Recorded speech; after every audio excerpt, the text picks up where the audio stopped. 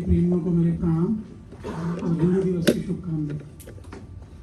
बहुत अच्छा सुन रहे हैं आप लोग और बहुत अच्छा सुनाया गया और आप सुनने और सुनाने वालों के बीच में अमित जी बड़े अच्छे सेतु का काम कर रहे हैं। क्योंकि हिंदी दिवस है और हिंदी दिवस पर कवि सम्मेलन का आयोजन है, तो थोड़ी सी मैं हिंदी की विविधताओं के दर्शन आपको कराऊंगा अपनी कविताओं के माध्यम से। और शुरुआत करते हैं एक सरस्वती वंदना का छंद।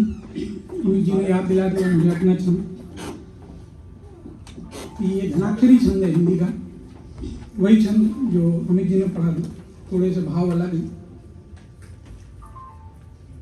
ऋषियों तपस्वियों के मन का विराग त्याग, ऋषियों तपस्वियों के मन का विराग त्याग, कामिनी के मोहक स्वरूप का श्रृंगार तुम। ऋषियों तपस्वियों के मन का विराग त्याग, कामिनी के मोहक स्वरूप का श्रृंगार तुम। शब्द शब्द में बही प्रवाहमयी भावना हो, मानस में दीपक सा जलता विचार तुम। एक तुम में ही सब, सब में तुम ही रमी हो, सृजन हो पालन हो सृष्टि का संहार तुम। हो धनुष्यवान कभी बांसुरी की तान कभी, जानकी की वंदना तो राधिका का प्यार तुम। हो धनुष्यवान कभी बांसुरी की तान कभी, जानकी की वंदना तो राधिका का प्यार तुम। और अपनी आराध्या को कवि किन किन रूपों में देखता है कि पर्वतों में, नदियों, बादलों में, सागरों में, पर्वतों में, नदियों में, बादलों में, सागरों में, कंटकों में, पुष्प के मरंद में तुम ही बसी। ज्योति में, तेमेरु में, वो धूल में की चंदन में, पशुओं में, फल मूल कंद में तुम ही बसी। मेरे सपनों के तार तार में बसी हो मात, मेरी कामना मेरी पसंद में तुम ही बसी। मेरी भावना मेरे विचार मेरी लेखनी में, मेरे गीत में हो मेरे छंद में तुम ही बसी। मेरी भावना मेरे विचार मेरी लेखनी में, मेरे गीत में हो मेरे छंद में तुम ही बसी। वाह, बहुत बढ़िया, तालियां कमा रही हैं। ये इस तरह की कविताएं आप भारत में ही किसी कवि सम्मेलन में सुन सकते हैं, यहाँ नहीं मिलेगी। हम, हमारा सौभाग्य है कि हमें भी सुनने का मौका मिला, तो जरा साथ दीजिए। बहुत बहुत धन्यवाद। थोड़ी सी यात्रा में गीत विदा की कराता हूँ आप लोगों को, हिंदी में गीत। और चूंकि कवि सम्मेलन है तो कविता का जन्म कैसे होता है, कविता के जन्म पर गीत है। स्वागत है, स्वागत है। कि कैसे कविता साकार हुई है अधरों पर, इसका उत्तर पूछो नैनों के पानी से। क्या बात। बहुत बातचीत की शैली में गीत है जी। कैसे कविता साकार हुई है अधरों पर, इसका उत्तर पूछो नैनों के पानी से। यदि बह जाते तो एक तमाशा बन जाता, इसलिए द्वार तक आकर ठहर गए आंसू। यदि बह जाते तो एक तमाशा बन जाता, इसलिए द्वार तक आकर ठहर गए आंसू। पर करुणा ने जब मूर्त रूप लेना चाहा, मन के भीतर तक जाकर लहर गए आंसू। फिर अंतरतम का सारा संवेदन जागा, फिर अंतरतम का सारा संवेदन जागा। निद्रा में कब से डूबा मेरा मन जागा। धीरे धीरे यूं करुणा का श्रृंगार हुआ, यूं स्वर की धारा निकली अपनी बानी से। कैसे कविता साकार हुई है अधरों पर, इसका उत्तर पूछो नैनों के पानी।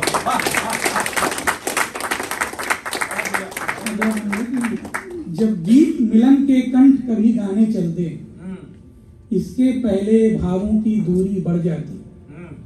ये प्रेम की मजबूरी का चित्रण है कि जब गीत मिलन के कंठ कभी गाने चलते, इसके पहले भावों की दूरी बढ़ जाती। वात्सल्य तड़प कर ही रह जाता सीने में, इतनी भी ममता की मजबूरी बढ़ जाती। कितनी प्यासी उम्मीदों को अपनाया है, कैसे कैसे गीतों में उन्हें सजाया है। बतलाएगा वह जो चातक बनकर भटका, क्या पूछ रहे ग्रंथों में उलझे ज्ञानी से। कैसे कविता साकार हुई है अधरों पर, इसका उत्तर पूछो नैनों के पानी से। राधा राधा का नाम न जपती बांसुरिया, राधा राधा का नाम न जपती बांसुरिया। तो रागों की रिमझिम बरसात नहीं होती।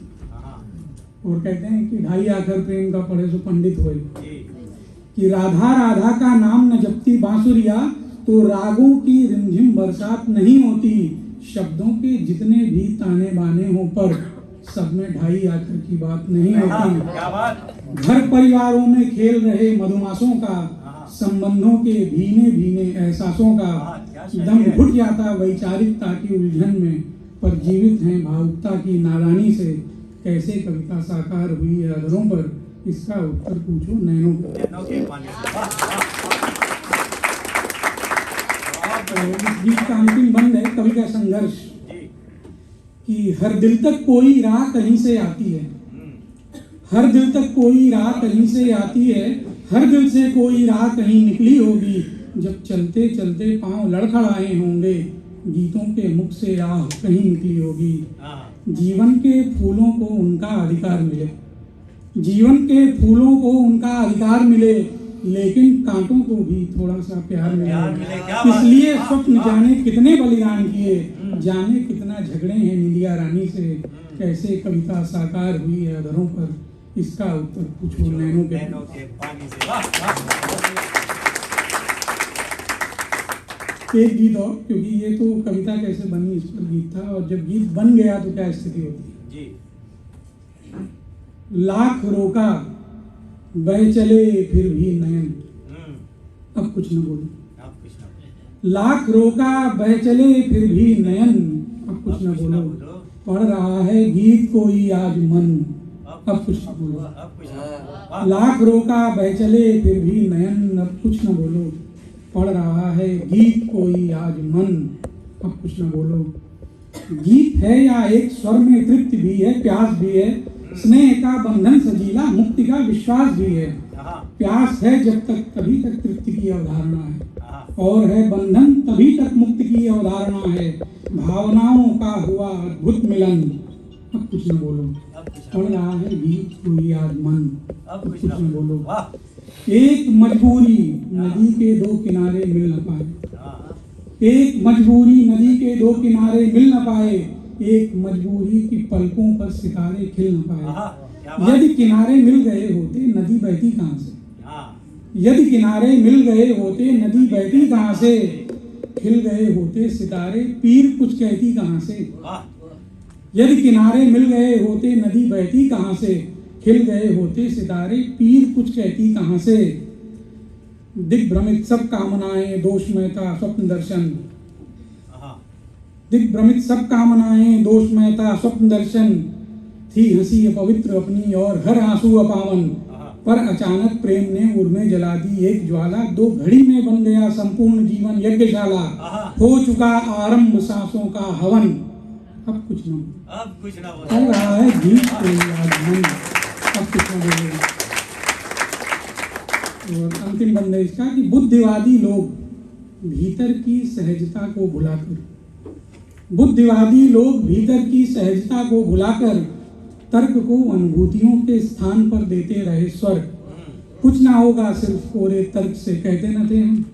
टूट कर देखो बिखरता जा रहा है वह बुद्धि का भ्रम, हो रहे जब व्यर्थ सब चिंतन मनन, अब कुछ ना बोलो। अब कुछ पढ़ रहा है गीत कोई आज मन, अब अब कुछ न बोलो। वाह, लाख उल्टा अब चलो फिर भी नहीं, अब कुछ न बोलो। और थोड़ा सा दर्शन हिंदी गजल की विधाओं के आपको करा दूं, कुछ गजल के शेर पढ़ता हूँ। स्वागत है।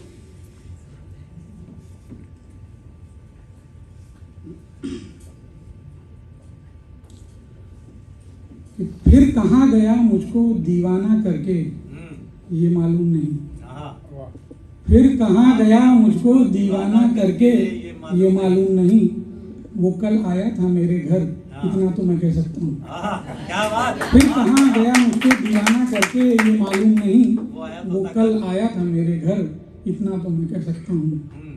उसकी बातों के मतलब तो मैं बिल्कुल समझ नहीं पाया, हाँ, उसकी बातों के मतलब तो मैं बिल्कुल समझ नहीं पाया, पर मजा आ रहा था सुनकर, इतना तो मैं कह सकता हूँ। हाँ, क्या बात, अब पता नहीं थी शर्म, हरारत या फिर दर्द भरी कविता, इन शब्दों को पकड़िएगा।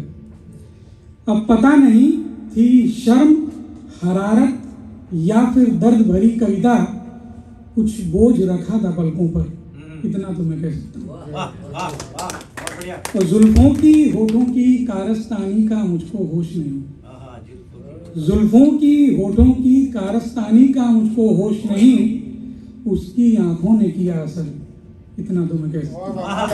उसकी आंखों ने किया असर, इतना तो मैं कह सकता हूँ। और एक गजल के और कुछ शेर देखिए कि इश्क पे कोई जोर नहीं है, इश्क पे कोई जोर नहीं है, सारे दांव लगा के देख। इश्क पे कोई जोर नहीं है, सारे दांव लगा के देख, आंखों से आंखें मिलने दे, फिर जी को समझा के देख। इश्क पे कोई जोर नहीं है, सारे दांव लगा के देख, आंखों से आंखें मिलने दे, फिर जी को समझा के देख।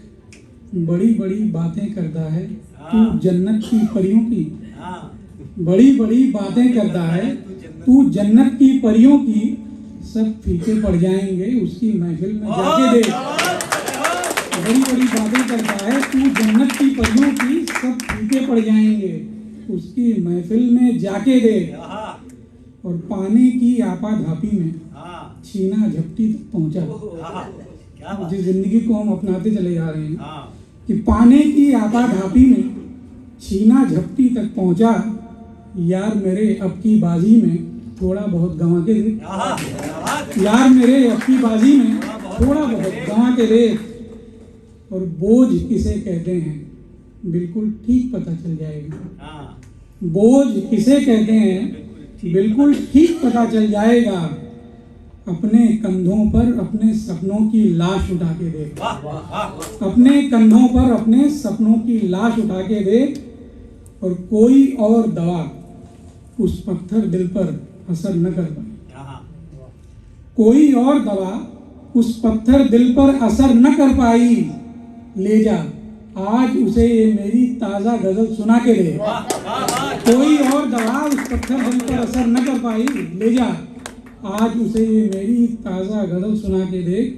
और जो हासिल गजल शेर है इसका कि जिसकी खातिर तू महलों में मारा मारा फिरता है, जिसकी खातिर तू महलों में मारा मारा फिरता है, इस फकीर के आंगन में वो बरस रहा है आके दे। जिसकी खातिर तू महलों में मारा मारा फिरता है, इस फकीर के आंगन में वो बरस रहा है आके दे। बहुत बहुत धन्यवाद। और इतनी देर से जिन्होंने सब कवियों को लाइन में लगा रखा है, तो अब नंबर है कि उनको बुलाया जाए और उसके बाद 2 वरिष्ठ कवि और क्रम में हैं। तो मैं परिचय तो आप लोग जान ही गए हैं, तो मैं बड़ी विनम्रता और बड़े आदर से आमंत्रित कर रहा हूँ भाई अमित अहलावत जी को, वो आएँ और अपनी कविता यहाँ प्रस्तुत करें फिर आगे के कार्यक्रम के बाद।